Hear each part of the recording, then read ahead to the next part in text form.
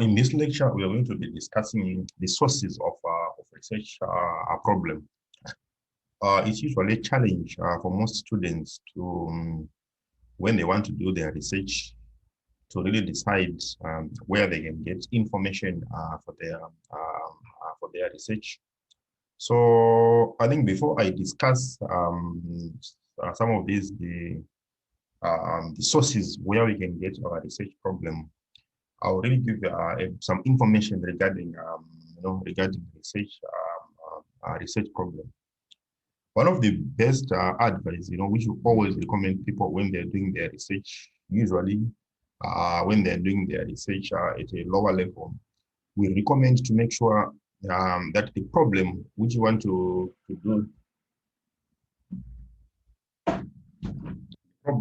which you want to base your research on, the problem has to be practical. It has to be something which is actually happening on the ground. So it is very important to make sure when you're designing our research, when you're crafting our research problem, whatever problem we are crafting, it has to be practical. It has to be something happening on the ground. And because of it has to be something happening on the ground, it then makes a lot of sense. Most programs they've got an industrial attachment where you go now on attachment. So it really makes sense. The period when you go for attachment, that is the period when you start really doing your research, because when you're on attachment, you're a student, that will be an opportunity for you to really see some of the practical challenges and some of the practical problems which will be happening on the ground within your field. Please, I beg you, this is also very important. Don't falsify information and base your research on an imagination. This happens a lot of time with the students, when they're creating their research problem. Maybe they are not on attachment, they're having challenges. Maybe just sit, you just sit in your office, on a desk, or under a tree, and you just really formulate your research based on on false information. If you do this, actually, this is not writing. This one of what you call an academic fraud, actually. And if you realize actually you're doing your research based on something which is not true, we are falsifying information, we are creating statistics, you're creating figures. This can actually result in in being expelled or having disciplinary measures against you, because we always expect students to do things which are real, things which are practical, and avoid really doing some of these things. So imagine if you do your research based on information which is false, it's based on imagination, you then defeat the whole purpose of research. The purpose of doing research is to see, reasons, maybe it's self-delivery, is to see reasons which are leading to a certain problem. Then if you see those research, then if you see those problems, you can then come up with recommendations where you're trying to really to address those problems. So if you're wasting your effort actually writing maybe a 30, 50 document for your research, and this research is based on on false information, right? At the end of the day, it will not really make a lot of sense for you to then, at the end, you go back to your, to a community, or you go back to a health facility, or wherever you might have done your research to give them feedback. So it's not necessary. So it doesn't really then make a lot of sense. So if you falsify information, you are doing your research based on things which are not true. It means you have wasted your efforts. It means you have wasted your what? Your effort. So please, let's make sure when you are doing our research, we base our research on actual problems which are happening. Then that way, it then means at the end, we should be in a position to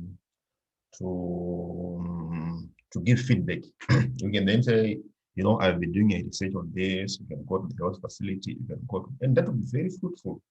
The community and the facility will be very happy.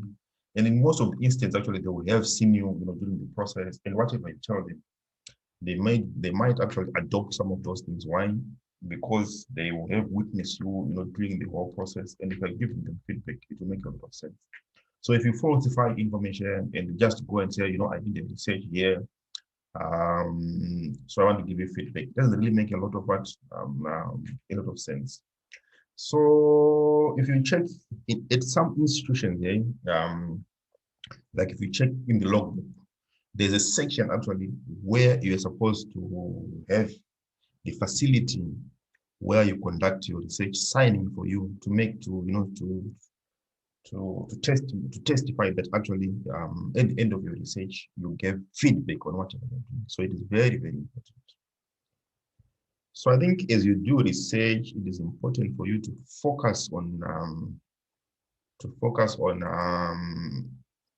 make sure you're focused on bringing change towards service delivery, as opposed for doing it just to get grades or just to pass. So I think most students they don't really understand this other extra benefit of doing research. Whatever you are doing it because you want to assist in improving service delivery. But if you then at the end of the day, you can then submit it to the school, to the institute, you then get your grades and you pass. So I think it's more fulfilling, it's more rewarding actually if you do your research.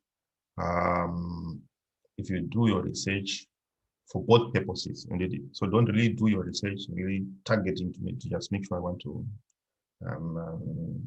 pass. So it is very, very important. I think I repeat again. Let's make sure our research is practical. It's really something happening on the ground. So I think So let's avoid doing our research, falsifying information, or base our research on imagination.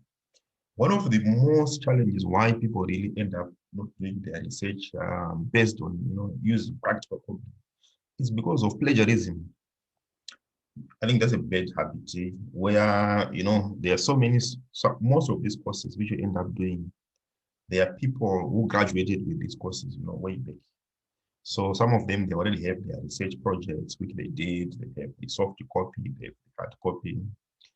Let's not be tempted to really go to some of these students who have completed, who have passed and completed some of these courses. We then request to get their what they did, and we then try and change those documents, and we then submit those things, as if it's no research. That's bad. And I think to really stop that whole process, it then have to start with us. If yourself you do your research, if you then find yourself giving someone that research so that they can copy, I think that's wrong. I think that's like really wrong and not proper. So I think at individual level, us as researchers, after we complete our researches, let's then really not be in this habit of giving people our what we did. We give them everything so that they can also copy, and it doesn't really make it.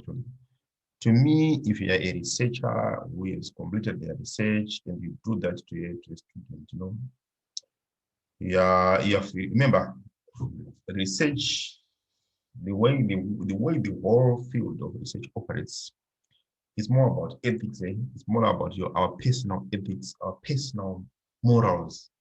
And as researchers, we safeguard each other. So it is the duty of senior researchers really to safeguard our research by making sure we don't do such things. We safeguard the discipline by making sure we provide proper guidance to those who want to do research. There's actually the best thing actually if you see someone who wants to do this. There's nothing wrong actually to really mentor someone and show them how to do it and how they did it. That's the process. So if you see how people grow from students, they do their masters, they do their PhD, they become professors. It's all about really being mentored and being supported by someone who is more experienced than you in that process. So it's rather you see someone who is in it, who wants to do the research, you show them how to do it. as opposed to giving them what we have done. So I think it's our duty as researchers to stop plagiarism. Otherwise, if we don't do that, we have serious issues. Then going to sources of research problems. So I'm trying really to go a bit basic in terms of where we can get our problems. Let's say we want to do research.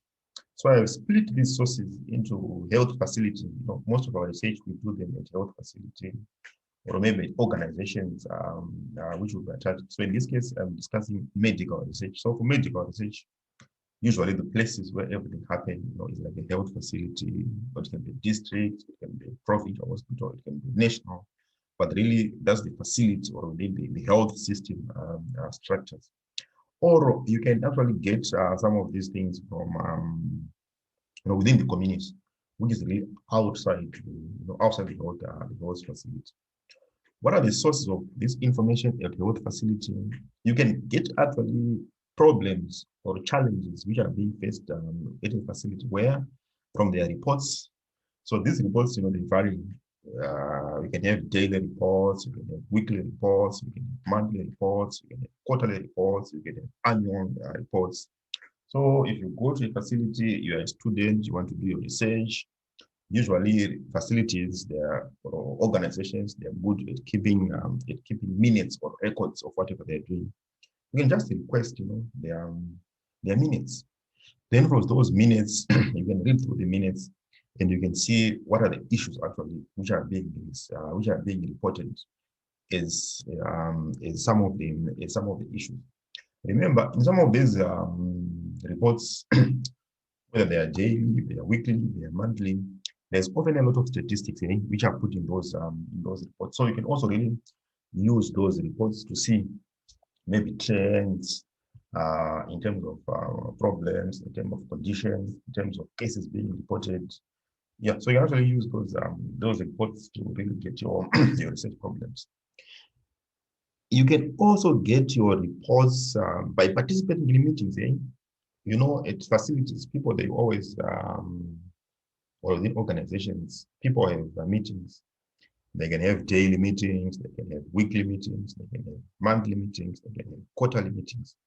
By participating in those meetings, you can actually hear the issues which are being raised, the problems which are being raised, the challenges which are being raised. So actually, you can actually base your report based your research, based on some of these discussions which happened in these meetings. Then, you know, within the HIV program, within the medical system, we've got a lot of monitoring and evaluation tools which are used for recording, you know, various information. It can be information at individual level. It can be information which is consolidated. It can be information, yeah, maybe about combined facilities. It is also very important here to really, when you go to facilities, look into this monitoring and evaluation tools.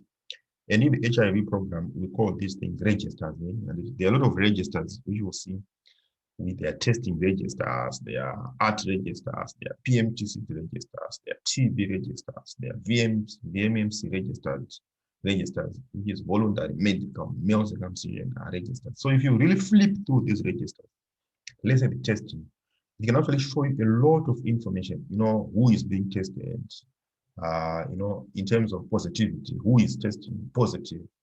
You know, those testing registers, they collect a lot of information in terms of geographical distribution, age, sex, and from there, you can actually do some preliminary analysis to really see, you know, a problem which might be happening. The same happens with ART registers, the same with PMTCT registers. You can see so many things in those registers. You know, people coming with their partners, husband also participating in terms of positivity. Yeah, you know, children who are born from mothers who are HIV positive. How many are positive? How many are negative? So the same applies with TB. The same applies with VMMC. So I think that's a very important, really, tool, source of information. These MNE tools, in which you can actually really review these tools, maybe for a period. You can review them for a quarter, for a month, for a quarter, even an annual. Then from there, you can actually come up with summary statistics, which you can then use to formulate your research problem. The other source of information where you can get your research problems is by having in-depth interview, with staff here. You can have in-depth interview with the staff in the clinic. You can have a meeting with the sister in charge. You can have a meeting with head of departments, maybe other staff, maybe people who are testing, maybe people who are doing contact tracing. So if you really go to a facility and you ask them, what are the problems you guys are facing? They know, because they're the ones who are dealing with patients on a day-to-day basis. So they really know. They know the challenges they face.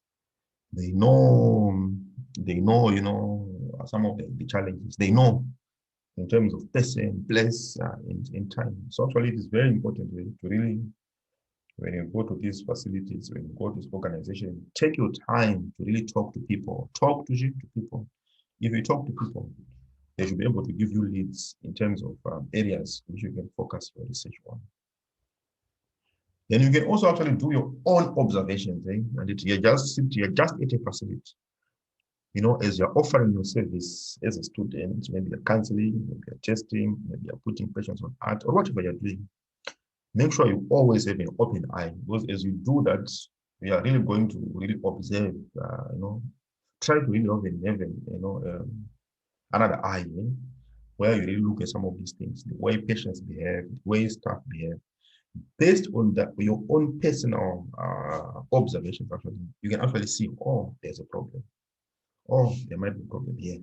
Based on the way patients themselves, based on the way staff themselves will be behaving. You can also really,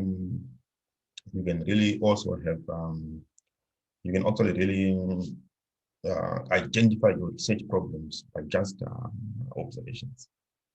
Then, on top of identifying your health facility, your problem within the health facility, which we recommend in most of your studies, you can also get your research problems from the community. Because remember, wherever you're working, whether it's a health facility, whether it's an organization, this organization is a community surrounding. There's a community which is surrounded by a community, and it's part of the community.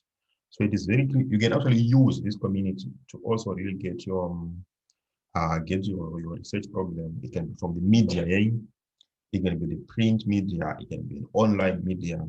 But I think you have to also be very careful, because there's a lot of fake news, a lot of false information which can actually be circulated on social media, even in print media. So I think you have to be careful in terms of the source. But actually, the media they can be a source of information, or which can actually give you leads. I think you have seen. I give you an example. I think you have seen the reports actually where in the print media there are reports of increase in teenage pregnancies.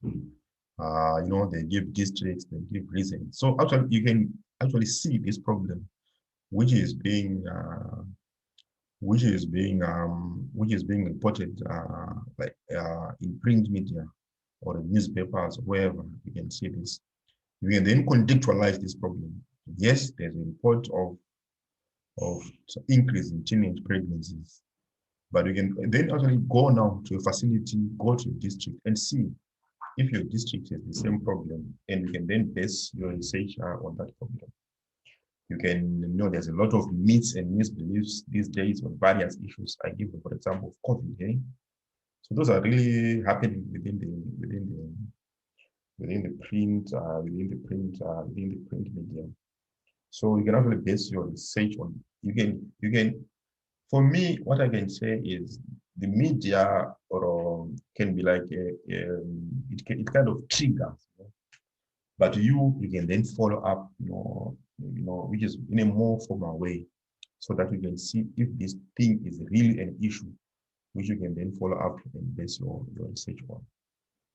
You can also get your research problem in the community by participating in community meetings. A lot of community meetings happen there where people of the community, they meet, the traditional, they can be traditional meetings, they can be political meetings, they can be food distribution meetings. During those meetings, a lot of things happen there. So from there, you can also really get some of the issues which are affecting the community, which you can actually base your research on. Then the same thing also happens. You can also do observations within the community, where you can observe certain behaviors, certain attitudes, certain perceptions. Then, based on your own observation of things really which are happening within within the community, you can actually base your research on those issues. Then as part of the community also, you can have what we call in-depth interviews with community key informants or gatekeepers. Within the community, we have headmen, we have got chiefs, we have got peer educators, we've got community mobilizers. We've got people within the community, the various, key roles. Having in-depth interviews with these people within the community can actually assist you really in understanding some of the problems and some of the issues which might be happening within the community. So yeah, in general, I think that's what I'm really trying to say. When you want to really get your problem, to really work on, usually at a lower level, you can also really get your problem based on some of these sources. Having said that, it's more like it's higher level now. Actually, it's higher level. It's higher level. There's this really the issue of literature now. Actually, where you can actually it's more complex. I'll not really go in detail in terms of how you can get how you can remember. I'm trying to see a simpler way of explaining it. So for some of this lower level research, you're doing your diploma, you're doing your master's, blah blah. It has to be really based on something really which is happening. You base your research, your problem statement is really based on some of these issues that I mentioned, like the community, like at like at health facility. But at a higher level now, you might need to go deeper, where you do a literature search or a literature review, and where you review your literature for whatever problem which you want to study on. You may need to go deeper now to really study what is known about this problem. You might be what is known about this problem. Then from what is known about this problem, you need to see what is unknown. What is unknown? What is unknown about this problem? What you call our evidence. Get our evidence or knowledge gap.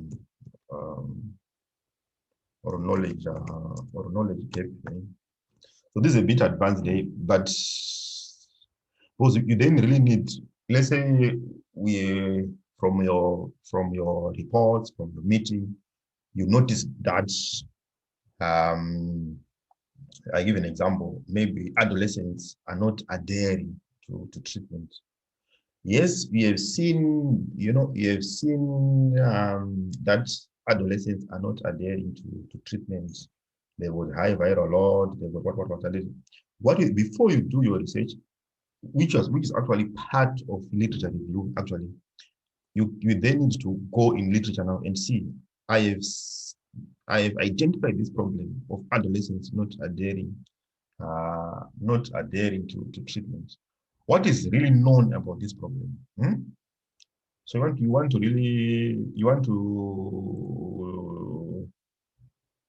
to have more information on what is really known about. What are some of the issues actually? What are some of the things which is known? Why do adolescents don't stick to don't adhere to treatment? So there are several studies in which has been done by other people looking into some of these issues, which you might want to, to research on. So as you, as you, as you, as you identify your problem, the purpose you then need to then, I think that's why we do literature review, where you want to see what is known about the problem you want to study on and what is unknown. Then usually at higher level, you then base your research on what is unknown about this problem. So there's no really need for you to repeat your research on something which has been done by other people here. But at lower level, it's not really an issue, really, this whole issue of what is unknown, evidence gap, knowledge gap, blah, blah, blah.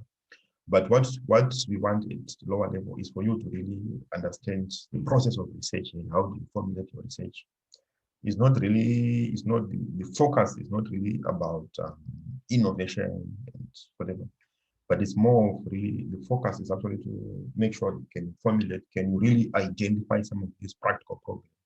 And at that level, and at that level, you can then be able to really offer solutions to try and address those issues.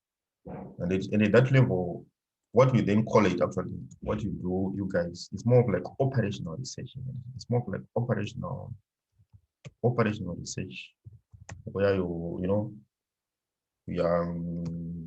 it's, yeah, it's at a facility, it's at a community, it's whatever. You have something which is happening within that problem.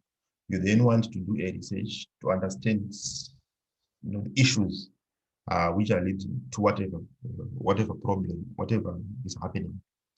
Yeah, so I think it's important for you to really understand some of these things. But for you guys, I think this is enough. And what I've been discussing is more of like really introducing you to higher level research. So yes, so just to sum it up, guys, what we are discussing today is about how do you formulate your research problem. I first gave you an overview. What are some of the issues which you really need to take note of? Then I discussed to you the sources of this, where you can get the information, either at health facility or within the community. Then I brought a bit of the concept now of, before you really try to do your research, it's always wiser to also then go into the literature. That's why we do literature review. We then want to see what is known about the problem which you want to investigate. If there are studies which have already been done, addressing that, at times it might not be necessary to repeat a similar study in that aspect. But if it has been done, your focus might then really need to look at the evidence gap, what is not known. Then what your focus now will be more of like what's new, eh? What is new? What's new? We know what is new, which your research is going to bring to add on already existing information. But as I said, this is more of advanced research. What we do in our case, most of our research, they are more of operational research, where we are just doing research, which is maybe this thing has been done, but we really want to understand context-based issues, which we can actually, by understanding these context-based issues, they can then help us in in improving service delivery, in coming up with relevant recommendations to addressing some of those issues in that level. So no, that's fine. So this brings me to the end of the lesson.